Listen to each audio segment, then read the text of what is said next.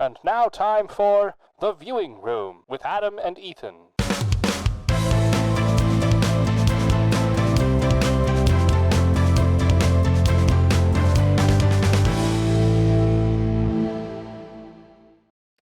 Welcome to The Viewing Room with Adam and Ethan. Today we're going to be talking about Deadpool and Wolverine, which is the third installment in the series. We saw it last night in theaters. It's been out for about 2 weeks today. What did you think? Initial impressions? Initial impressions. What were you thinking going in? How did you feel coming out? I was going into it feeling pretty confident because, pretty much everybody can agree that superhero movies and Marvel in particular has been going downhill since Endgame. A pretty sharp drop off. Mm-hmm. Which they talk about in the movie. Yes, which they do. And so I had pretty high expectations because I don't think Ryan Reynolds, this was a passion project for Ryan Reynolds from the beginning, Deadpool was. And so I don't think he would have let them do it in a way that would have let the character down. And I think they achieved that. I think it was fantastic. Sure, yeah. It's obviously a huge jump between the first two Deadpool movies, which had smaller budgets, weren't, in that kind of whole big Disney realm. But apparently, according to Ryan Reynolds, they did ask for a lower budget for this one. They could have more room for creativity. And I've heard a lot of stories about lines being ad-libbed on set and stuff like that. And so I think it made it feel more real at the heart, We talked about it last night about how this Deadpool felt more more fourth wall breaking than any of the other Deadpools. I was one of the very first things that I noticed when we were 25 minutes in. I'm like, they've broken the fourth wall more in the last 5 minutes than they did in the entire first two movies. Yeah, and you spend more time in the fourth wall. That was always the thing that made Deadpool unique, was that they broke the fourth wall a lot, and they just gone and done that tenfold on this one. Yeah, no, 100%. There's some good lines that come out of that, but we'll talk about that in a bit. Let's talk about our theater experience. We saw it in 3D, and a movie like this that's so heavy on the CGI, it really benefits from 3D. Like, those fight scenes look fantastic. The opening sequence. The opening sequence, yeah, that was amazing in 3D. I should say this is my third time actually seeing this film in theaters because I went opening night with my buddies, and then my other buddy wanted to go, so I was like, sure, and I had some free tickets, so popped up, went again. And then we went last night to go see it, my third time. And I should say I've seen it twice in 3D, once without 3D, and you can just really feel the 3D, and especially in that NSYNC opening fight scene. Yeah. It was incredible. I love the way they do that, where the opening credits are like the 3D letters in the scene, and then they interact with the characters, with the fight, when they get kicked and everything. I really like that. Yeah, no, that's awesome. Before we get into our thoughts on the film, let's go over some maybe the technical elements, budget, stuff like that, because I find that interesting. You forgot to read the synopsis. I usually do that after the budget. Oh, yeah, I guess, yeah, sure. Yeah. Do you want me to read the synopsis first? I don't care. you do it how you want to do it. Okay, so Deadpool and Wolverine 3. Not Deadpool 3, but Deadpool and Wolverine. It's actually not Deadpool and Wolverine 3. No, it's just Deadpool and Wolverine. Just Deadpool and Wolverine. It's not even a sequel, they said, but it's a sequel. Budget of $200 million USD, which is way higher than I thought it was for some reason. I don't know. It's not insane, but it's insane. You know what I mean? Yeah. I'm looking at $200 million budget for that movie, right? And I'm thinking, imagine in 2 years when the next Avengers movie comes out. Yeah. When they launch Doomsday and then Secret Wars. That's going to be insane. Yeah. See, and compared to number one, which was a budget of $58 million, and number two, which is $110 million. So 100%. They've doubled their budget every single time. Roughly, yeah. And it's I'm just thinking, obviously they made the announcement that Robert Downey Jr. is going to be coming back to play Dr. Doom. Not sure how I feel about that. Not that I don't think he can do it. It's just that he's Tony Stark. Right. He just is that character, and he always will be. Well, I don't want to go too far from this, but I will say I didn't like it at first either. But I think it's the ballsiest move from Marvel to put him in that position, because he's already cemented himself as like dad of the MCU essentially, and created one of the greatest characters ever. And I think that out of all their moves, they had to fire Jonathan Majors. They need to build up hype and interest surrounding a villain. Thanos was created over a period of 8-10 years, something like that. Yeah, true. And hyped, and everyone was so excited. They just had to fire their main actor that they've been setting up for the last couple of years, and that's all gone. They can't just replace him. They can't do whatever. They could have recasted him, I guess, sure, but obviously something wasn't working in the lines. So Yep. they're like, we need to find something that's going to make the people proud. And I think it was ballsy, but I think overall, Robert Downey Jr. is going to kill the role. He's going to do a good job. I hope so. And I think it shows that Marvel has a backbone. Honestly, I think it was that's a tough call to make for anyone. You have hundreds of $1 million on the line. You have your entire franchise on the line, and you need to find one person who you think can do a good job and come in with no preliminary anything. Well, I think part of the reason that they did choose him actually is because, in some of the comics, Tony Stark is Dr. Doom is Iron Man. It's the other way around. Okay, it's the other way around. So, yeah, I mean, we'll see where they go with it, and I'm sure there's going to be Doctor Doom variants or something like that. But we'll get back to this. So budget of $200 million. It's grossed $824 million thus far in 2 weeks. In 2 weeks, which is insane. They're projecting $900 million USD by Sunday, which is insane. We're filming this on a Saturday, so like by tomorrow. It's Thursday. Oh my God, I'm an idiot. It's Thursday.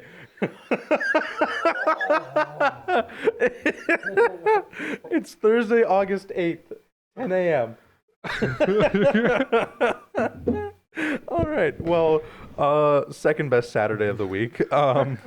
It's the largest R film that's ever opened. It was 15. Sorry? It's not R. It's 15.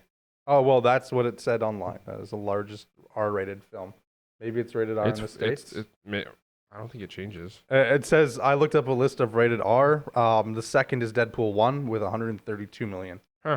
So the list they had, and that also had The Revenant, which is a rated R film. So, it's the sixth largest opening ever, behind films like Avengers: Infinity War, Endgame, Spider-Man: No Way Home, Titanic. Yeah, that didn't have the largest opening. Didn't it? That's like the largest grossing ever. Oh, okay. Yeah.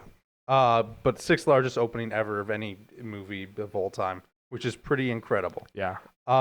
Starring Ryan Reynolds and Hugh Jackman, of course, because they're bringing back Wolverine, baby. How do you feel about that? I think it's perfect. I think Wolverine was the perfect character to bring into this because he has always played that character very well. It's like the Batman of Marvel, really. Like the very dark, brooding character. And so when you have a character like Deadpool that is just completely based off one-liners, dick jokes, and drugs, Gary, you need that serious counterpoint to make it work, and he does that. He plays like the serious brooding, while Deadpool is just beaking off the whole time about disco dust and all that kind of stuff. Right. And it's interesting too because people were confused. He went back on his word because he said he wasn't going to play Wolverine again, but it was actually his idea to come back. He actually told Ryan Reynolds in the car one day that he pulled over and he wanted to, reprise the role and stuff because he saw the first two Deadpool films, and I think that's pretty special. I think it's awesome. That it's just two old buddies making a movie together, really. I mean, exactly. And they talk about that in the film when obviously they desecrate his corpse. Yeah. Nothing's going to bring me back more than a big bag of Marvel cash. Yes. Yeah. Another great example of breaking the fourth wall. I don't know how they poked so much fun at Marvel and Disney. Like I don't know how Marvel was like, how Marvel signed off on that. It's amazing. Really.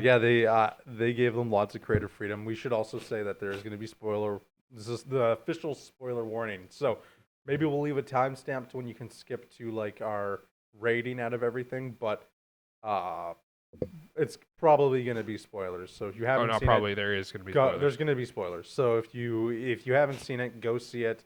I apologize if you don't care about spoilers. Then feel free to continue watching. But that's just how it's going to be from now on. Normally we don't have to do this because we watch films from 30 years ago, and no one gets mad. But it's still grossing 100 million a week.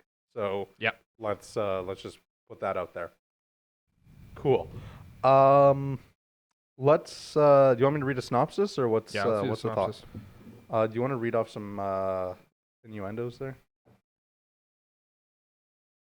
Burger sugar, devil's dandruff, Betty White, snow, white girl interrupter, albino dust, nose beers, Colombian marching powder, sneezing. Not sure what that word is. Frosty's nightmare, winter dust, baby farts, ghost powder, celebrity salt. I don't know what that one is. Iceman's dandruff, polar pixie dust, cloud nine, crystals, and Santa's little helper.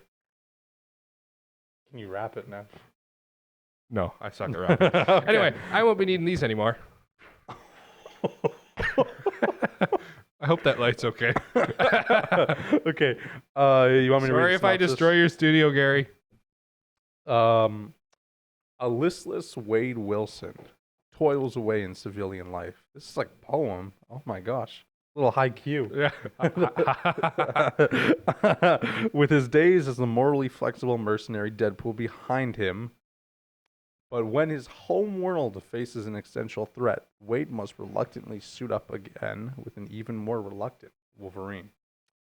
So we got that one out of the bag. Wolverine's in this movie. No, really? It's in the title. I never would have guessed. By the way, my favorite line in the film is "Welcome to the MCU." You're joining it at a bit of a low point. I think that's pretty funny. Yeah. But let's maybe talk about just the film a bit, and then we can go into maybe a bit of an outline, in-depth story thing, and then we can go back into quality. What would you like to start? We talked about breaking the fourth wall. Fight scenes are, as per usual, comically fantastic. Like, it's not. In no other movie would these fight scenes fly. I'm sorry, it's bloody, gory, and over the top. It's Cartoonish, it's almost, cartoonish, like a comic book. It's like you're reading a comic book, but like live action comic book. I think we should talk about a little bit more on the fourth wall, because I feel like it's very easy to lose your audience when you create a film that's almost too smart for itself. You know what I mean? When your characters know where they are and discuss, the things in the real world and stuff like that affect this movie and how it was created, it can be very easy for anyone watching the movie who doesn't follow the other movies or other stuff to be like, okay, I'm not really interested. This is just too silly, ruins the immersion. How do you feel in terms of creative challenge? Just keeping the audience entertained and not taking them out of the immersion by breaking the fourth wall. Well, I mean, really, Deadpool's the only one that does that on a regular basis. I think Wolverine does it once, twice, maybe. But he's the only one that does it, which in a way makes it funnier, because it's like you're watching somebody else watch a movie kind of, but they're in the movie. It's kind of like the narrator's the main character. Yeah, almost. exactly. It's like, when you play like a story video game where you control that main character, but everybody else is like NPC character. It's like you have this perspective where you're playing this character from an outside perspective, but they're still in that world. And it's kind of the same thing here, where it's like he's in this world, but he's also outside the world at the same time. And so it's kind of like a video game in that aspect, where you're watching somebody else watch themselves live their life, kind of. That makes sense. Sure.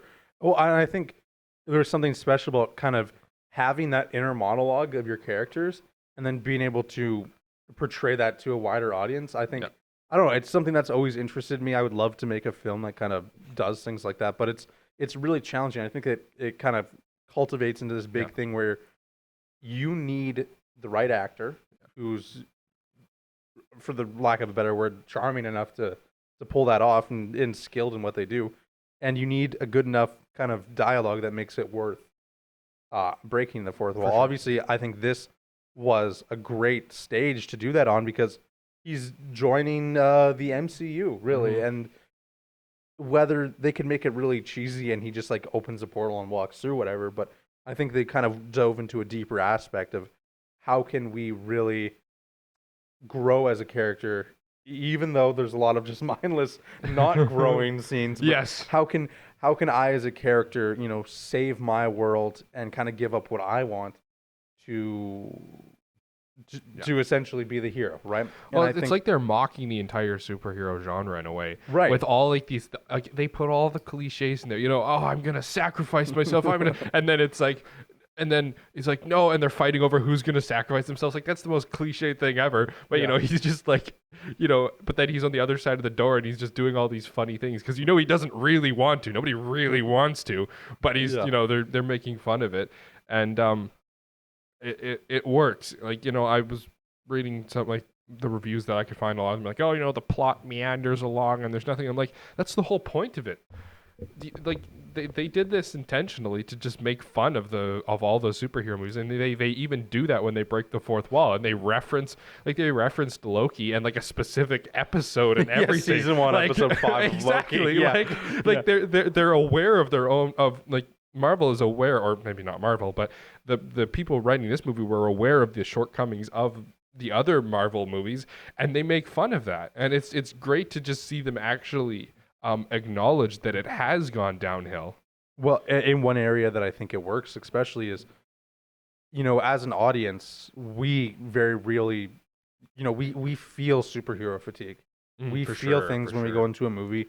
We understand what the movie's going to be about, or most of us at least, and we kind of know what to expect. So I think that is a good stepping stone into that world where we're going to talk about our shortcomings. We're going to make jokes about the landscape in which we make our movies. We're going to talk about Scoutmaster Kevin.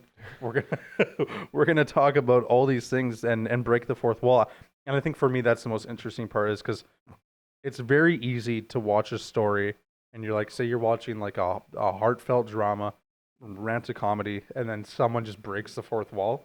It's like it's very easy to just be like, okay, what happened? That wasn't the right move, right? Yeah. But this film does it right, and I think these kind of elements are what make it possible because we're not when Deadpool turns to the camera and is like, I'm gonna do X, Y, Z, or this is what happened to me. I'm not feeling like, okay, guys, let's get back to the movie. I'm like, oh, Yeah. that's funny, right? Well, it's important, like you say, you mentioned the inner monologue, because that's one of the hardest things to do, is to create that inner monologue, like so you can understand what the character's thinking, like, and I think that's where when you get into movies that are based on books, it's so hard because in a book you can easily write that inner monologue. I mean, that's half of what a book is inner monologue, a lot of the time. And so having and it's really difficult to do that in a movie format where if you have a narrator inner monologuing the whole time, it's just weird, like it doesn't work. But they do that very, very well, and it works in this instance. Yeah. Well, and I think it really comes down to an actor. The actor needs to be able to portray the character and get into the character's head and really know what the character wants and can do, right? I think that gives it more of a stepping stone into what kind of options you have when you're breaking the fourth wall or trying to progress the thought. And I think that's something Ryan Reynolds truly understands is playing Deadpool, and he's always had kind of this affliction with it. And I feel like he wouldn't be able to make it as convincing if the dialogue wasn't so spot on. Totally. You know what I mean? Yeah. Well, I mean, he wanted this role. Like he pushed for Deadpool because he was really interested in doing Deadpool, and he was part of what made it happen. And I think that's one of the reasons it's been so successful is that it is a passion project for him too. Yeah, 100%. I think that was a good conversation. Should we go to like kind of an outline and then Sure. go to more technical stuff? Okay, you want to do outline? I'll try Like it. I've been yapping a lot. Let's see. Okay, well, we start off with the opening credit scene, which is him desecrating wolverine's grave In downtown North Dakota. in downtown North Dakota, which is in the middle of the woods. I love little stuff like that. And then let's see. And then he's like, wait a minute, we got to show how we get here. So we find out that he tried out for the Avengers, didn't work. Which is also the stage for our first cameo. Yes. Sean Favreau as Happy Hogan. Yes, that's one of my favorite directors of all time, playing Yes. one of my favorite characters. And then another little reference when they're like, when he's like, I take care of these ground level meetings. He's like, oh, the big guy doesn't do he's like, the big guy doesn't deal with these things. Oh, he doesn't do cameos. Yeah, exactly. Yeah. Obviously the big guy being Tony Stark. Yeah. Who is alive at this point. This is before the Avengers. Because this is where they go into the whole multiverse thing. Yeah. So anyway, they don't let him into Avengers. So then he retires and he becomes a used car salesman, and he really hates Honda Odysseys for some reason. Yeah. I always thought they were a half decent van, but I guess according to him, they're not. I've never driven one though. Kia is much the better. Kia, yeah. But isn't Kia? I read an article the other day that like Kia has like the worst safety record, or like they're the most unreliable. It's always a Kia. Or most unreliable. I don't remember. Anyway, back to the point. This isn't a car show. We should get a car show on the network. Anyway, back to the point. He's a used car salesman. His girlfriend has left him. And then he's having his birthday party. TVA, his fucking dicks, show up at his door, take him away. And that's where it gets back to that scene in downtown North Dakota. We should also mention what happens at the TVA. Oh, yeah, he meets Paradox. The TVA being the Time Variance Authority. Yes. And they tell him that his universe is dying because Logan died. Yes, and he was the anchor character. The anchor being is what anchor it's called. being, that's what it is, yeah. When an anchor being dies, the world dies, essentially. And Logan's sacrifice was so bold or whatever that it caused his world to die. And so they tell him that they're going to prune his universe, kill all of his friends essentially, but in return, he gets to go to the MCU and have infinite cameos and infinite access to variants, and it's going to be be an Avenger and everything. Yeah, and he's like part of the Avengers. Yes, I'm Marvel Jesus. Yes, exactly. But Wade can't do that because although it's been his dream to be part of the Avengers and have Disney cash, he can't go against his friends and the only family he loses has. friends, obviously. So what happens then? Punches him in the face. Oh yes, right. He punches him in the face. And so he's like, all right, screw you. I'm gonna go find another Logan and bring him back here, and he's gonna be our anchor being. So we go to a montage of him finding trying to find a new Logan, which leads to a couple good cameos. Short King, Henry Cavill as alternate. Cavalrine is what they call him. Oh, Cavalrine. Yeah, okay. Yeah, perfect. And then he finds one, and he's like, oh, you're perfect. It takes him back, and then he learns that this Wolverine that he's chosen let down his world, destroyed the whole world, basically. And we find out more about that as we go.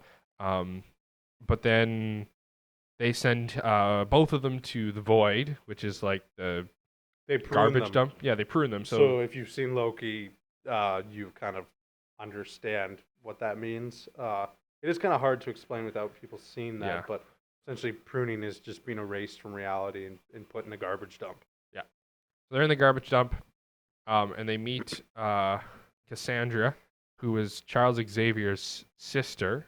Mm-hmm. And she kind of runs bad guy crew in the Void. And they say the Void looks like Mad Max, but it really just looks like an area of the Fortnite map. I mean, I kind of get the Mad Max vibes, and they were totally poking fun at Mad Max with the vehicles that they were driving around. Yeah, and like, the Furiosa. Yeah, Furiosa. Totally. Furiosa reference. Yeah, absolutely. The IP infringements. So. And then she kill. No.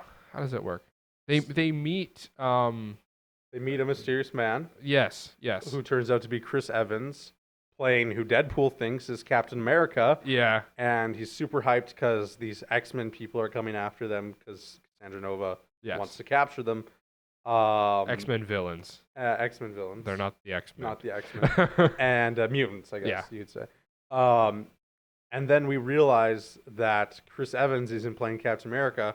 He's playing Johnny Storm, and he hits us with the flame on. Yeah. And he gets his ass whooped by Pyro, who sucks up all his flames. He falls, and I actually thought he died when he fell the first time I watched this movie. But he doesn't die, but they do get captured. Logan kills Sabretooth. Toad captures I love that magnet. The one thing I love about that fight scene with Sabretooth is you expect them to be gearing up for like this huge battle, and it's gonna be epic and slow mo, and then he kills him in like 2 seconds flat. Yeah, exactly. It's really good pacing actually. Yeah.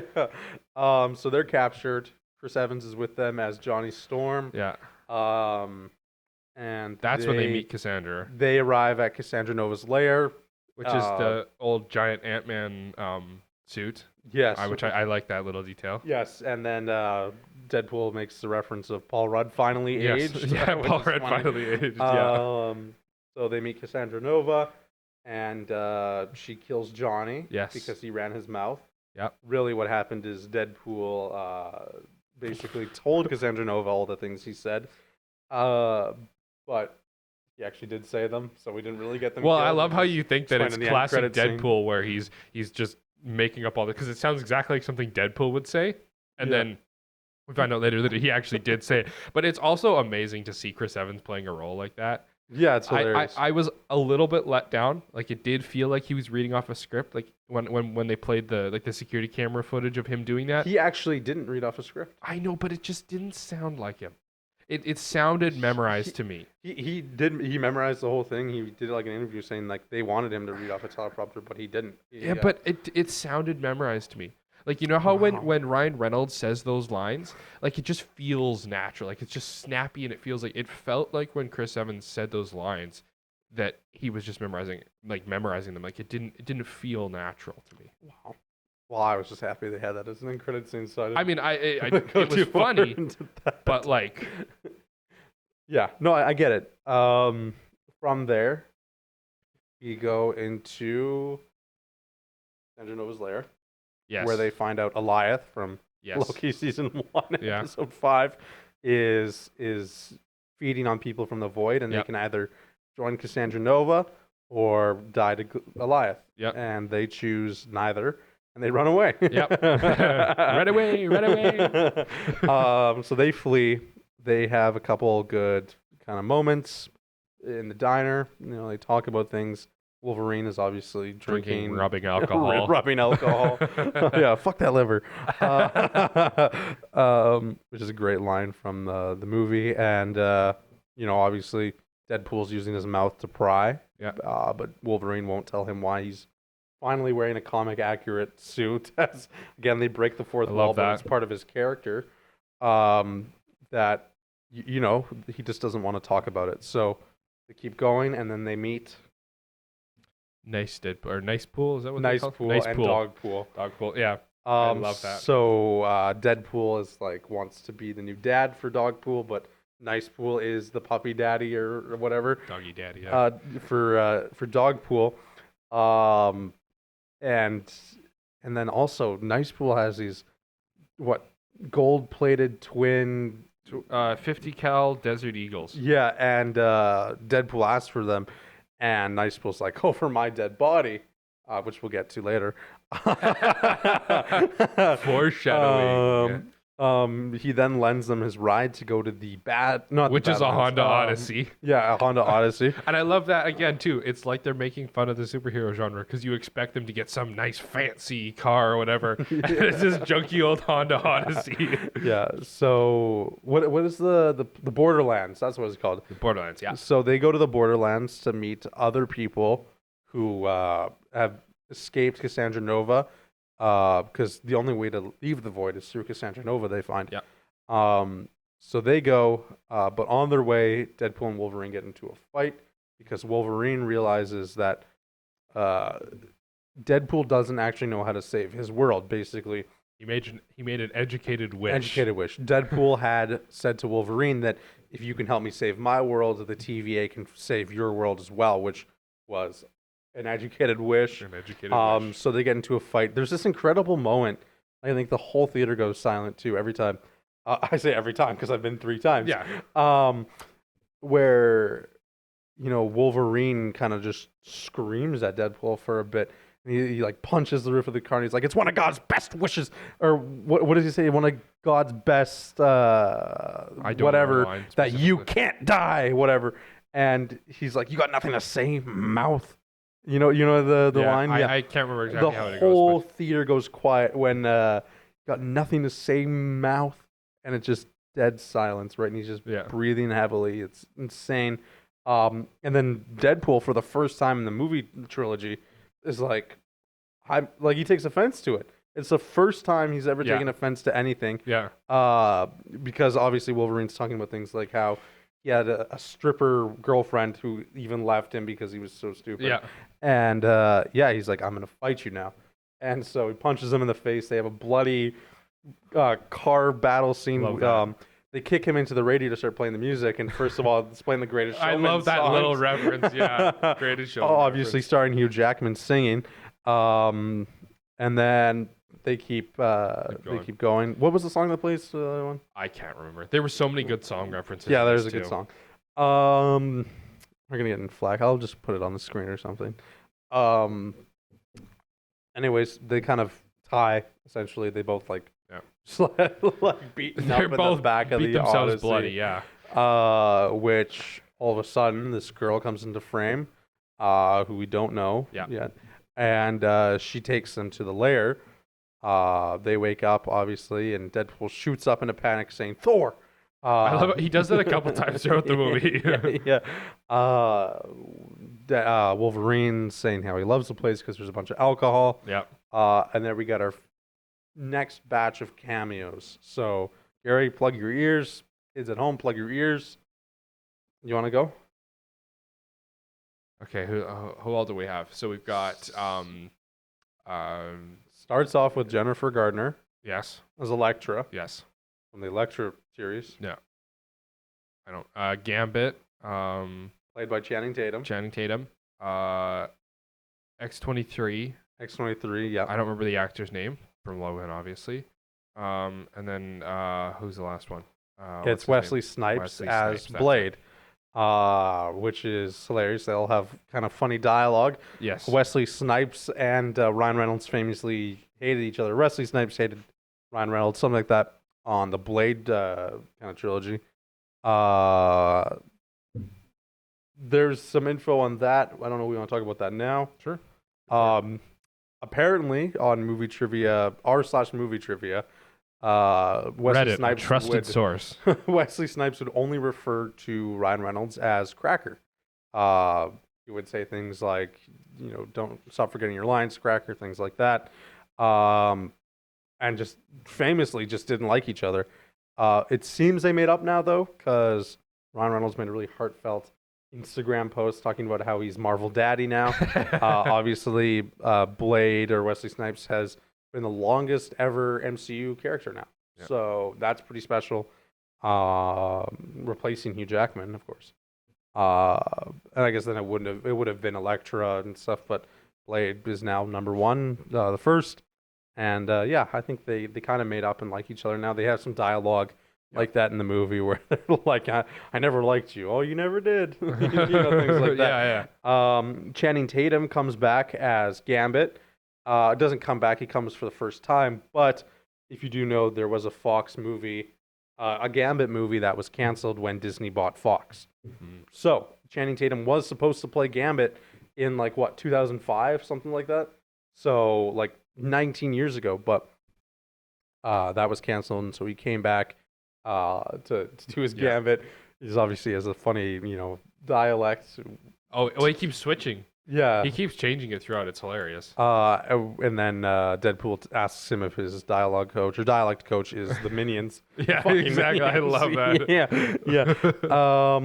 So they meet all the people in the Void there who are in the Borderlands, and they kind of tell them that they escaped Cassandra Nova, but they want to go back and they have to have a team up, right? Yeah, and they're like, no, we're not doing that. Yeah, they're not doing that. They're not teaming up with you. Nobody wins that. The people kind of there at Borderlands have realized like we've lost everyone. They kind of throw some references to Silver Surfer, Daredevil, the Punisher, Quicksilver. I think I said. Did I say that? No. I don't know. They talk about losing a lot of people, and then they say that their friend Johnny has been missing. Yeah, no, terrible. Yeah, they find out eventually that they didn't know Johnny. And I love the line from Wolverine where he's like, oh, if he survived that, he'd be wishing for death. I think that's hilarious. Yeah. So they find out that Cassandra Nova killed Johnny, and then now they're going to go on a team up to go kill Cassandra Nova and escape. Yep. And the Wolverine's like, I'm not going. I'm a failure, blah, blah, blah, blah, blah. Again, making fun of the moment in all the superhero movies where the hero is doubting himself and the DNOS. Exactly. And then the whoever it is, the important person comes along. In this case, it's X-23 comes along and gives him a heartfelt speech. You are, you were the best, and to me and everything, and the heartfelt speech, and then they make the cool entrance later when you expect them not to come, and then he gets out of the van, out of the back of the van. I love that. I think that's good too because. Obviously it's a special moment for X-23 because she's from that kind of Fox universe where Logan sacrificed himself. And so she's almost looking at like a ghost. She's looking at the man she buried. You know what I mean? Yeah. And it's kind of like this awesome moment where he doesn't know any of the things that she knows about him, but she's like she looks up to him like he's like essentially the greatest person she's ever met, right? Yeah, like it's like a father kind of thing. I mean, that was the dynamic in Logan, father-daughter. And he sees himself as a massive failure because obviously he was drinking when the X-Men were killed by humans in his universe, and he let the whole world down. And then he went and killed a bunch of humans. Yeah, exactly. Which is also interesting too because he does say he's been alive for 200 years. Yeah. Which is kind of an interesting thing to think about. But obviously, he kind of sees this as his chance to redeem himself. Yeah. Because he has someone that looks up to him a lot, kind of sitting there with him, and I feel like it's compelling because it would be tough, I think, for just any of us to go through that. You know what I mean? Yeah, for sure. Like I feel like. Well, that's what I was talking about with those. He has those, 2 or 3 really compelling, heartfelt scenes throughout the movie, which offset the seriousness of or the lack of seriousness of Deadpool. Right. Well, and I think we're all kind of used to the multiverse now. We're all a little bit sick of it. We're all like, okay, let's reference to let's try something like new. But I think that would be something like in a hypothetical world where if a multiverse existed, right? Like, and you saw like one of your biggest role models and teachers in life and someone who sacrificed themselves to save you, right? It would be really weird to meet that person again. Sure. But they didn't do that in their universe. You know what I mean? Mm-hmm. So it's compelling, and I think it's something that people maybe forget a little bit because we're so used to the multiverse and we're so sick of it. Yep. But it is compelling in a way. Yeah, for sure. They go to infiltrate the compound. Wesley Snipes says the line, there's only one blade. There's only ever going to be one blade. And then we cut to Deadpool, who's like, That's a reference because the Blade movie with I don't know who's playing Blade, but there's a Blade movie in production right now without Wesley Snipes. So I don't know if you missed that joke. I did miss that. Yeah, but that's funny because obviously there's not only going to be one Blade ever, exactly. And this is Wesley Snipes' farewell because they're about to introduce a new Blade. Yeah. They go through, they infiltrate the compound, and I guess you can. Well, okay, so there's a huge battle where you got those cameos, and they're fighting the mutants, the evil mutants from the X-Men world. Wolverine goes up to Cassandra Nova's lair in the skull of Ant-Man, and then she does her weird finger in the head thing. She keeps fingering him, and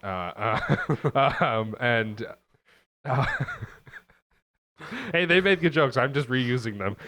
My parents are gonna watch this. This is gonna be Anyway, and then that's where we learn more about his backstory because he's opening up to her. And then by that point, they've got Juggernaut's helmet and they put it on her because the idea is that it blocks her psychic powers.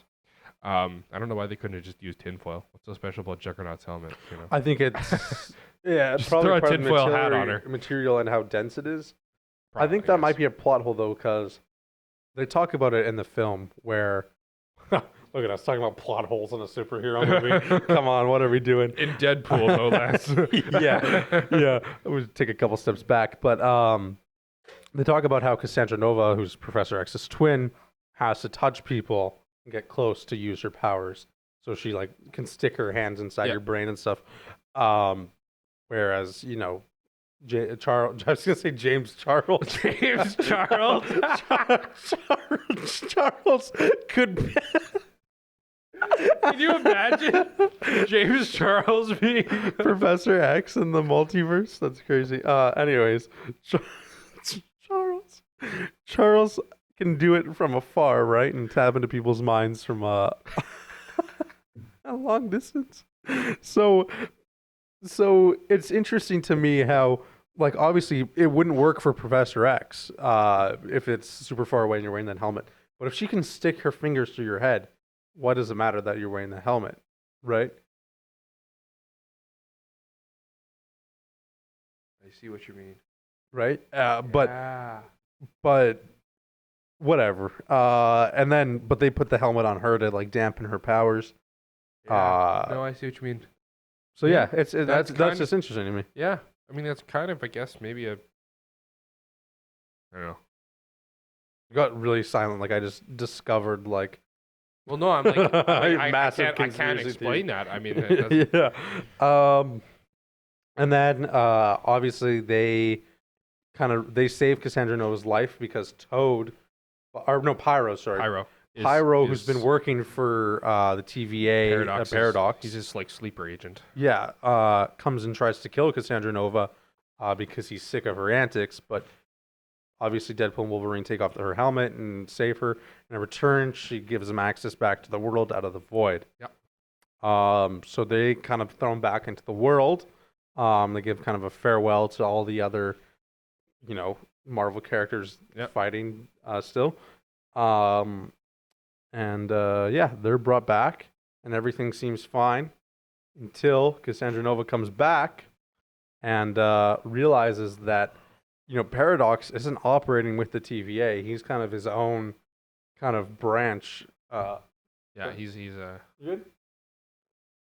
Okay. I thought there was someone knocking. She kind of realizes that he's off grid. They all realize that, but she's like, I'm going to use his time rippers, what they're called, to destroy all the universes that exist and just leave the void. That way I can be God in the void. Yeah, but to me that doesn't make sense. Because what feeds the void? The other universes. Right. So if you destroy all the other universes, Mm-hmm. then you're left with a void that will not grow. Or even in that sense, what if all the other worlds get filled into the void? Well, first of all, the void's only so big. Essentially, I guess it's infinitely big, but doesn't that open up the possibilities that other Cassandra Novas leak through and become the gods of the void? Yeah. So it's not a great plan overall. Yeah. Because also, if you want to be god of the void and it was enough for Blade, Elektra, Wolverine, Deadpool, and X-23, Gambit, all like those 6 people to take you over, what are you going to do when 14,000 multiverses of the Avengers come through and you need to touch every single one of them to use your powers? You know what I mean? So I feel like that's not the greatest idea, but I guess if you are ripping them all to shreds, then eventually you're just going to, Goliath is going to eat you too, essentially. Yeah. They go through, Cassandra Nova goes to use a time ripper. The Deadpool core comes through the portal. Yes. They give it a beat to clear out the extras, which I think is hilarious. I love that, yeah. Then all these kind of X-Men, Deadpool variants come through the portal, and it's kind of this interesting moment because it comes out of nowhere, really. Mhm. They mention the Deadpool core once. Nicepool mentions it kind of like the first 30 minutes in the movie. But, it's not really like they're having a fight with the Cassandra Nova. It didn't really work for me. It's a great sequence, but For sure. as a story point, it doesn't really work in my opinion because It was just time filling, really. they set up the whole movie to go after Cassandra Nova. They mentioned the Deadpool core once, and then all these Deadpool variants come out, and they're like, okay, well, we need to stop you from because Cassandra Nova said so. And it's like, okay, cool, but you also die when Cassandra Nova. I feel like there's two that. motivations. One is more cameos, because there's Sure. a lot of cameos in there. Yeah. And two, they needed time Sure. for her to use the Ripper and get it close to 100%, so that there's something on the line. Because if the Deadpools hadn't come through, they would have gone down there at the same time as her, and she wouldn't have got any higher than 5%. Of like just destroying the multiverse Sure. or whatever. And it's like with those bomb scenes where it's like they have to let it get to 2 seconds or 1 second before they disarm the bomb, so that it's like, oh, are they gonna do it? Well, if I disarm a bomb at 45 seconds out of a minute, no one cares. Yeah, Like, exactly. all right, cool. You could have had a cup of coffee and waited a bit, exactly, right? right? And then also I think like again, just cameo. I think it was for the cameos. Yeah, well, obviously they have Matthew And that's very McConaughey. cool. They have Blake Lively, Ryan Reynolds' wife. Yeah. They are with Nicepool at this point, and Dogpool, who Deadpool still loves, and they realize after Blake Lively's character starts shooting at them that Nicepool doesn't regenerate. Yeah.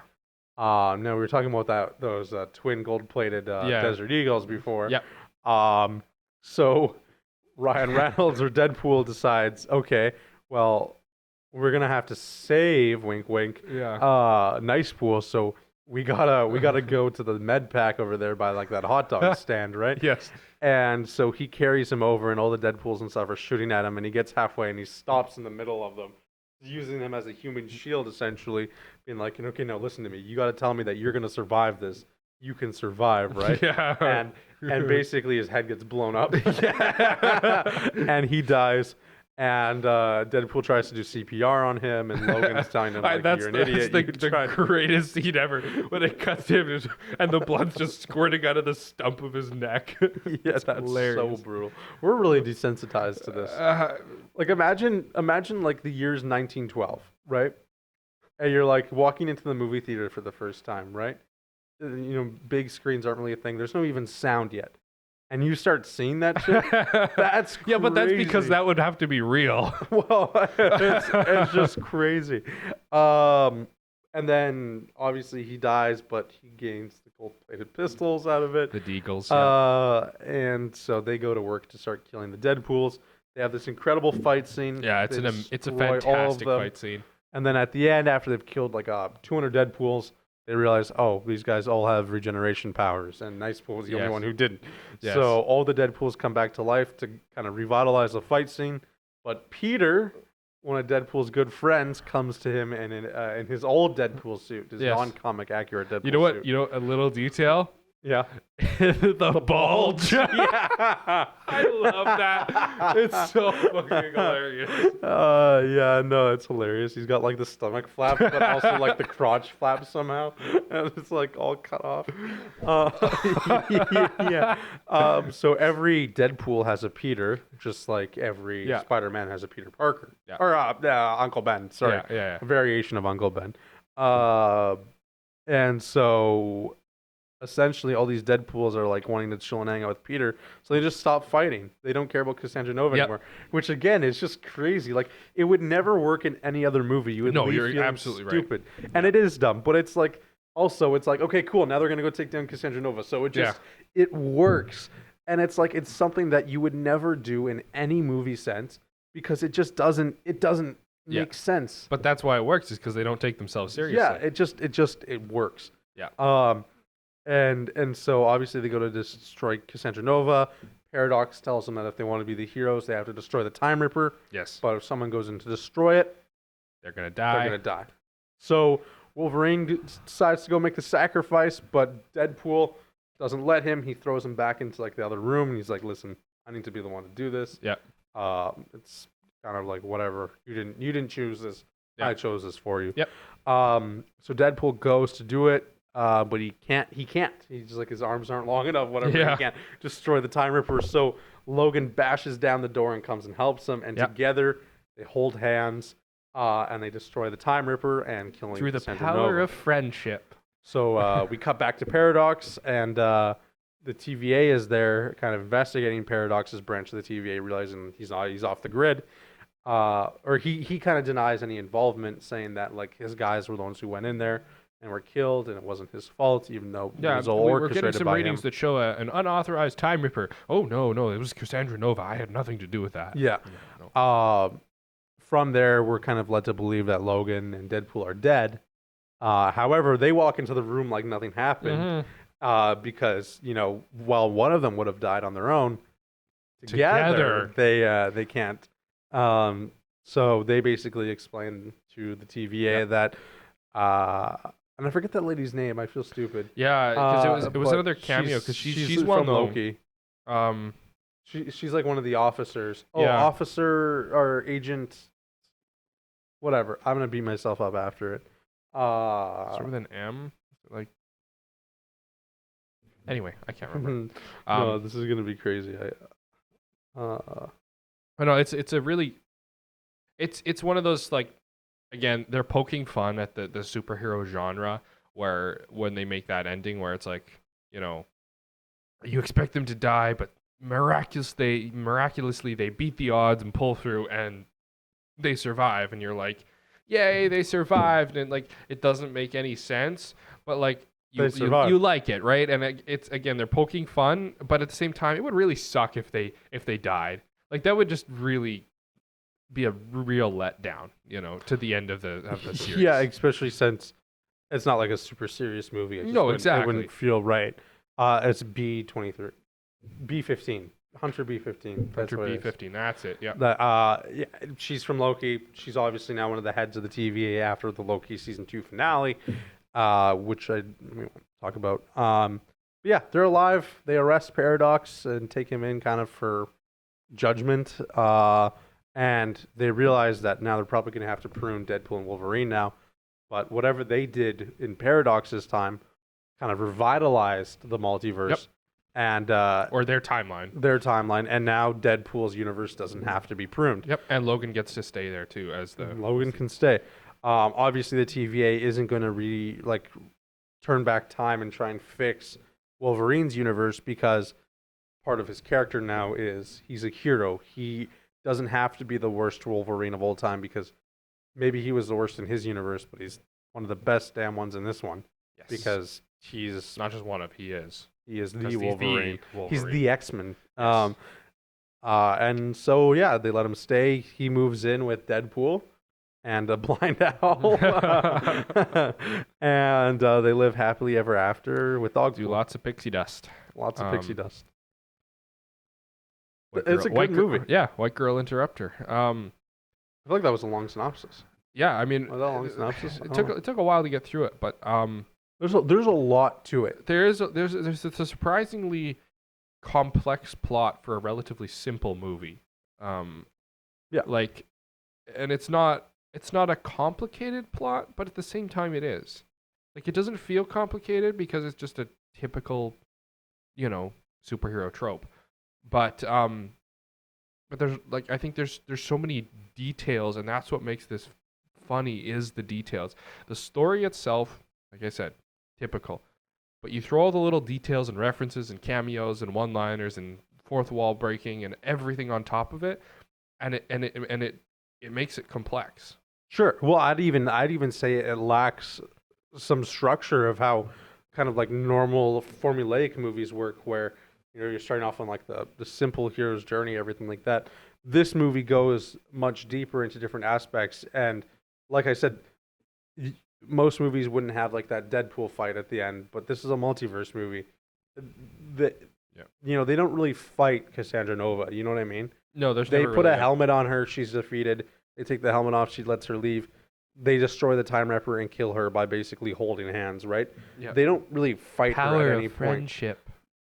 They fight her at the start, and she's like this big villain, but in reality, they take her down extremely fast. It's if anything, the character development really comes from Logan's character. Yeah, for sure. In being the hero of the Deadpool multiverse. as a character doesn't really develop. Right. The entire 3 movies, he's pretty much stayed the same. I mean, there's been a bit of development. There's in this movie, a call to action when Jon Favreau or Happy Hogan basically tells him, well, we do this because others need us. We don't do it because we need this. Yeah, that's true. And so that's something Deadpool has to learn is he doesn't need to be part of the Avengers to be a hero and have fulfillment in his life.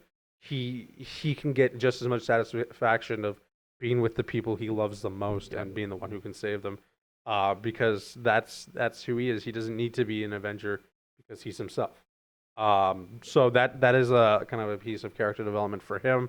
Obviously, moving forward in the MCU, he's going to be in the Avengers. So really, in the long picture, maybe it's not going to be. He's still going to be Deadpool, right? But for sure. I think it really does come into Wolverine coming back and filling in the shoes of the Wolverine we love, where now we know he's a hero, he's a good guy, he's not just a monster. But now our Wolverine is going to be played until he's 90. Say in the film by Disney. Disney's going to make them play until he's 90.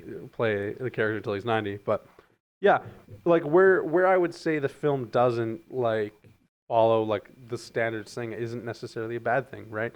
Yeah. Like you go and see this movie because you want to see the funny jokes, you want to see the graphic violence, you want to just have a good time, and you don't necessarily need to turn your brain off because there's a lot of stuff happening, but you're watching a smart action movie that has depth, right? Well, you're not going to see like whatever Shawshank Redemption like 3 hours of that. It's exactly right? like we talked about in the second episode of the podcast about Mr. and Mrs. Smith. It's an action comedy. You have expectations going into it. You're expecting to see classic Deadpool, vulgar, violent, and funny. And so that's, again, we've talked about it numerous times. The critics are gonna. I think I looked up the tomato, Rotten Tomato. The critics gave it like a 68 or a 70, and the audience gave it a 96. Again, the critics are like, oh, exactly everything we talked about the plot lacks and it's slow and there's these holes and the Deadpool fight makes no sense and all this stuff. They look at that and like, this is a crappy movie, and we look at it as, this was hilarious. I enjoyed it. It's about the enjoyment, and that's what makes the movie great. Like you say, is that you're going into it expecting vulgar violence and comedy, and it delivers. It really does. Yeah, no, for sure. Yeah, I can see here 78% tomato meter, 96% audience score. Exactly. And I would agree. Like, I think this is a great movie. I've obviously seen it multiple times now. Yep. And I really enjoy how smart and funny it is. And I think it takes a lot of effort. You can't just write it in a day, right? No, it takes a lot of effort to get that deep and personal with the jokes and to really figure out how we can creatively break the fourth wall and keep people invested, right? And just the sheer volume of all the comedy in it. Sure. Like, it's astonishing. Every second line is breaking the fourth wall and hilarious. Like, the number of laughs that I had and other people in the audience are laughing the whole time. And yeah, I mean, yeah, you really can't just walk in and do something like that. And I think it's a lot. There's passion behind it. You can tell there's passion, and it's one of the most important elements because so many times now you go to a movie and you just like, this is just, it feels corporate almost. You know what I mean? Sure. Yeah. It's like you can tell this was made, for money. Yeah. People didn't really care. I mean, that's why indie films, I far prefer watching indie films nowadays, because they're made on a low budget. So that means that that means that the people that are making them, like you say, are passionate. You can tell that they're telling this story because they've spent hours and hours perfecting it and working on it, and they're making it because they want to. The actors are there because they want to, and the just the passion behind it. Like you say, you can feel it when a movie is made because they want to make it. 100%. I think I think you can feel that in this movie. 100%, I really do feel like everyone wanted to be there. Chris Evans, when he comes back, did his thing. You know, he wanted to do it. It's a very special character. It was his first character he played in the MCU now, before going and playing Captain America, who everyone loved, right? Ryan Reynolds does a fantastic job playing Deadpool. Hugh Jackman wanted to come back as Wolverine. He's the one who asked Ryan Reynolds to do it, right? And it's incredible. They did a fantastic job in having Wesley Snipes come back and Jennifer Gardner, having Channing Tatum finally get his chance to prove himself. I think Daphne Keane, who plays X-23, I think all of that kind of just like comes together and creates such a special atmosphere. And obviously they have kind of a send-off to the Fox series at the end there when they do the credit sequence with Green Day's song playing and Good Riddance, Time of Your Life. I really like that touch when they had all the clips from the old movies and the new movies. And it's like sweet. a nostalgia reel, you know? Yeah, exactly. They have some of the bloopers. They have some of the stuff of the people playing the characters. And I think it's just one of those films where you can tell people came together and they wanted to give audiences something that would be special. You know, the last time I felt that way in a superhero movie was probably No Way Home. But like for me, it was probably like Endgame. If I'm Endgame. Endgame was a fantastic movie too. In terms of superhero movies, right? In terms of superhero, it just. I will say though, felt like there was so much love that went into it. I will say though that like I walked to that theater and when I got home, my dad he was like, "Oh, how was it?" And I'm like, "That was the best movie I've seen in a while." Yeah, 100%. Like, I mean, I feel like movies are on a downward trend, not just the MCU, but just movies and because Disney owns 95% of the movie world now, but it's on a downward trend, and this was like showing that you do everything they tell us you can't do, and it works. Yeah, it breaks. It breaks all the rules. Exactly, it breaks every single thing you cannot say, and do and talk about, you know, and they break it, they do it. And it works. People love it. Yeah, no, it feels right. Yeah. Even though, you know, what you learn in like film school or working on movies and stuff, how you're not supposed to do this, that, you know, there needs to be this kind of structure to it. It can follow it loosely, but this one really just throws a lot of those elements out and brings in new ones that just make it feel that it works, right? For sure. It wouldn't work in any other environment because, well, first of all, it's like a superhero movie and stuff, and there's always a lot of tropes that are already broken. But I think most importantly, it's really just a movie about, you know, a universe. Yeah. It's not meant to be contained into one thing. It's meant to set up the future. It's meant to talk about the past, and really, it wouldn't do these characters justice. You know, they talk about in the movie about how they're going to dishonor Logan's memory when they do this, and then they use his corpse to kill TV agents. But really, I think it's just if they didn't do it this way, they wouldn't do as much justice. I feel like because what they did was they made it feel so special in bringing all the people back, giving them their ending that even though they break specific story elements or rules that we talk about, I think it wouldn't be the same if they didn't do that, because that's what you go into when you watch a Deadpool movie, and honestly, that's what this is all about, right? They're poking fun at people, but they're doing it in a way where the people are still there. You know what I mean? Yeah. And they're not forgotten about, right? And so I think this is a good send off to kind of an era of Marvel. Oh, for sure. They're completely. It's like you say, it's a write-off. I mean, even like the way they end the movie, you know, they're sitting on the park bench. They've just, or that, not the park bench, but that bench, and they've just, you know, the movie's done. They've just beaten the, you know, big bad boss, and they're hanging out, and he's like, "Want to get some shawarma?" Yeah, exactly. And like, if for, you know, back in 2012, shawarma. Exactly.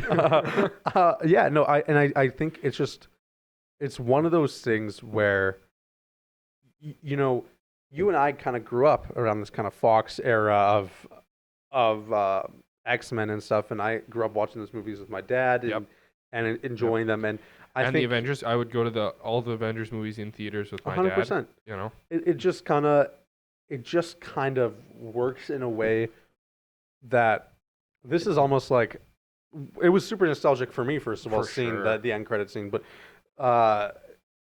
getting to experience that and say goodbye to an era of Marvel that came before the MCU, I think that's what really this was all about. Yeah.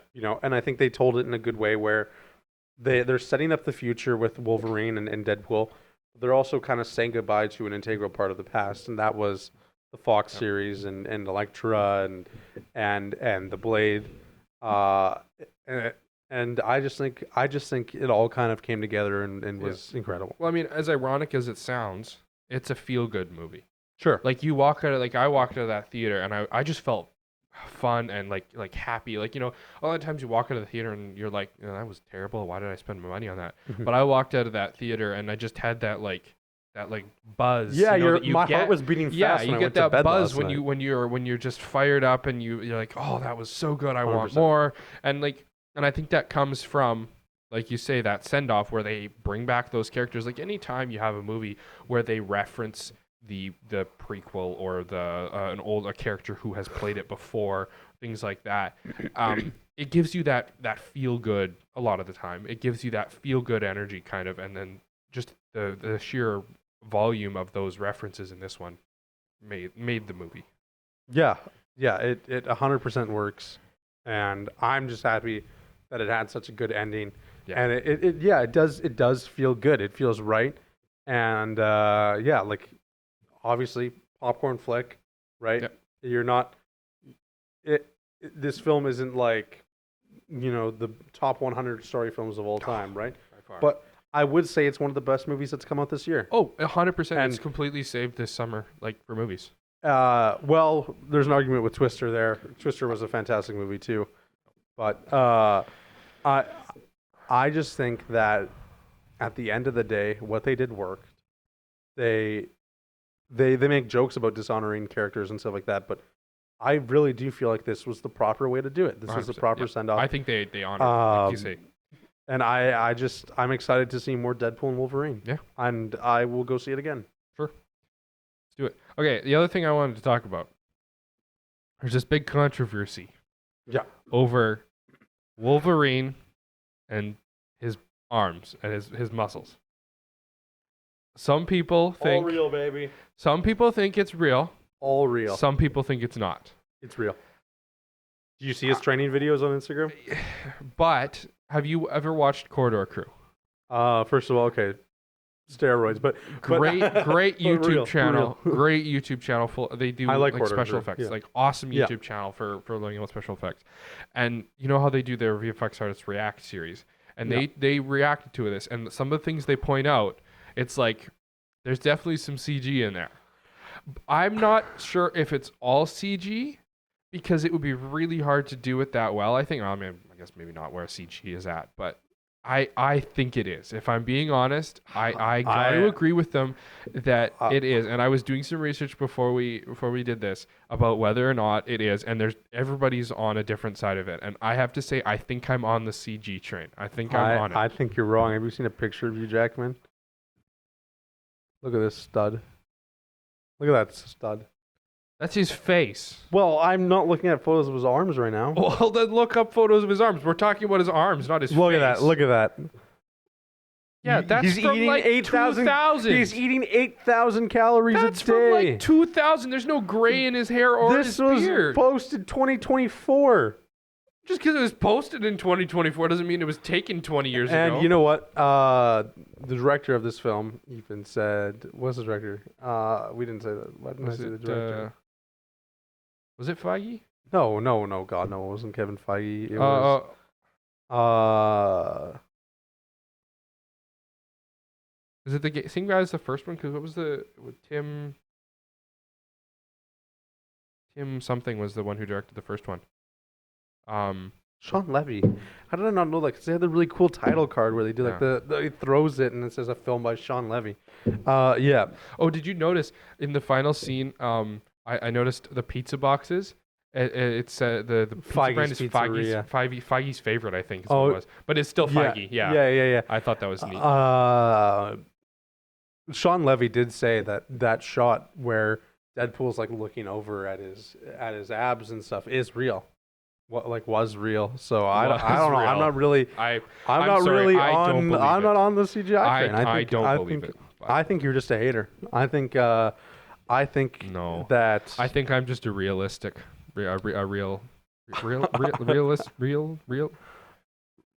Realtor. Yes, I'm a realtor. Yeah. Yes, I'm a realtor. No, I just think that he. Speaking of went which, check natural. out Bamford and Co podcast on Dufferin Avenue Media Network. If you want to learn about real estate, I know I'm going to be watching it because Anyway, Interest rates. I'm Mortgages, never going to own a house. Financial integrity. GICs. What are equity? ROI. Down payments. I'm never going to own a house. We should just own a house together. All right, we'll buy a house together. Actually, let's just move in here. All right, let's do it. Maggie's bed looks comfortable. All right. Well, I think we've kind of covered a lot. We're kind of coming towards an end here. Maybe we'll hit them with some things that we liked about it and didn't like, and then we'll finish off with a rating. Mm-hmm. I mean, there's so much good stuff in it. I think any amount of stuff I didn't like. Again, I talked about that little line with Chris Evans. You pointed out that plot hole, sort of, with Cassandra Nova. But I think those things are all overshadowed just by the fact that it's a great movie. Like, there was nothing in there where I'm like, oh, that spoiled the movie for me. Sure. Overall, fantastic movie. The CGI. This is one thing I watched a reel. I don't know what you would call it. A video. I think it was probably from like the extended cut extra features or whatever of the first movie, where they were talking about how so they filmed the bridge scene in the first movie. Like the highway scene. They filmed that in Vancouver on the, I don't remember what bridge it is, but Sure. but then the entire environment was all CG, and like half of that scene is just completely CG, and that's one of the things that I know they've done is they tried to keep it as practical as they could, but they didn't shy away from doing entirely CG. And I think that it's amazing how well they blended the two. Like, unless you're an expert on visual effect, I doubt you would be able to tell what is CG and what is practical in this, because it's amazing. So that's the other thing that I thought was really well done. Like, I remember I watched the last Doctor Strange movie, A Multiverse of Madness, and it was just CGI vomit for the entire time. If I'm being honest, it was just so over the top. And in this movie, it didn't feel like it felt more like it could be filmed in your backyard. I mean, downtown North Dakota is a forest in the snow. Like, we could drive an hour outside of Saskatoon and film that, if we wanted to. And, the one in the desert, it was a simple set. It just felt very, very almost like indie in a way, in the way it was shot, and it didn't feel like even the fight scenes were really, really well shot and really dynamic, but they didn't feel unattainable in a way, No, yeah. That makes sense. I think people have the same kind of problem with Quantumania. Mm-hmm. Yeah, that too. Even though I like that movie, I don't know, so many people didn't like it, because I actually really enjoyed Quantumania, and then it got so hated that I was like, oh. I think I know I saw it. I can't really remember it very well. I saw it opening night. But I like seeing movies opening night, because I feel like the audience reaction makes we talked about that in the parking lot. For me as a filmmaker, I think that one of the greatest gifts of, making a film is seeing how people react to it how they enjoy it, what they like and don't like. And I think it's such a gift to go to a movie and share the experience with everyone, where everyone's laughing and having a good time and enjoying it.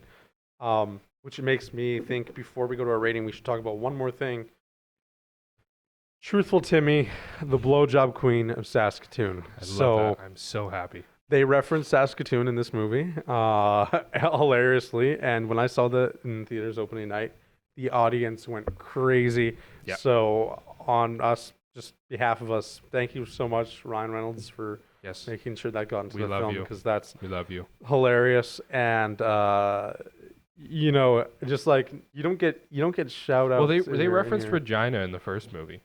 yeah. So Rhymes with fun. So I just think that it's special. It's special that they That was probably my favorite reference in the whole movie.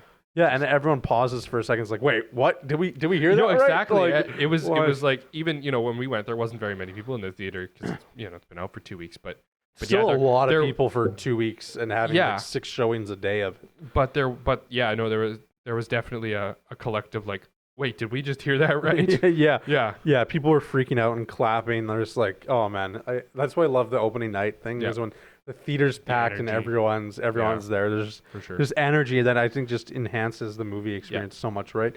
It's like even as simple as like if I'm watching the movie alone on my couch, it's already up to level in my opinion when I have my best buddies with me, right? And we're laughing and having a good time.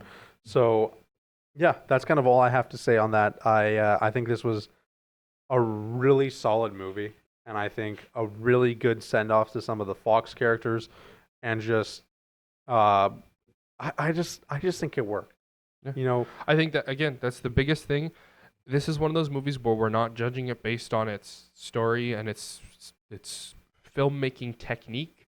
We're judging it based on entertainment because it's supposed to be an entertainment movie. It is made 100% for audiences to have a laugh and enjoy themselves. And so my rating is based completely on enjoyment. I should say part of the enjoyment for me, I guess, does come from a lot of those technical elements, which I think they did really well.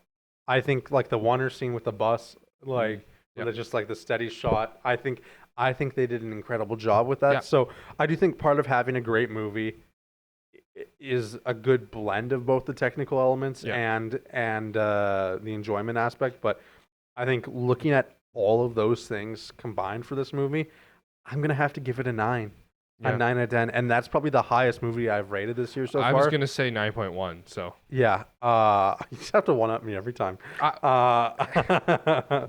I really enjoyed this movie. I thought it was incredible. I thought it was very well done. Yes. There's a lot of cool technical elements, like especially like we talked about the bus there with the Wonder kind of going through. Yeah. And I just think between the comedy, the creative writing, and really just what it all came into, it just worked. And so that's why I'm going to give it a 9 out of 10. Yeah. Good. Yeah, you want to talk about your rating? 9.1. As I said, from purely based on enjoyment. I thought it was a fantastic movie to just watch, and like you say, the technical aspect certainly plays into it, but purely on enjoyment, 9.1. Sure. And one thing I even enjoy about going to see Marvel movies is obviously they're working with some of the best equipment. Oh, for sure. And so the sound is always one of those things that I just always appreciate. They say good sound you don't notice. Yeah, well, exactly. Right. Well, I was thinking about that in the pre-show because they had a demonstration for Dolby Atmos, and I remember when we were in Vancouver, and we were touring. I don't remember what studio it was. Company 3? I maybe. Or North Shore Studios? I don't remember which one it was. But they did that sound demonstration for us. I think that was Company 3 in the movie theater, right? Theater? Yes. That was Company 3. That's right. That was Company 3. Yes. Yeah. Anyway, and they and like just here it's amazing when you're actually thinking about it. Because when you're in the movie, you're not thinking about the sound, but when you actually hear like, oh, there's a bird here, and then oh, it's over here, and then oh, it's coming this way, and like it's just that spatial recognition of the sound, and I was appreciative that they did a demonstration of it as part of the pre-show, so that was really cool. But I mean, and then also just being in the theater enhances the sound. Absolutely. I think that's going to do it for today. Yeah, that's it. Awesome. Thank you guys for watching. We're Adam and Ethan with the Viewing Room, and have a great rest of your day.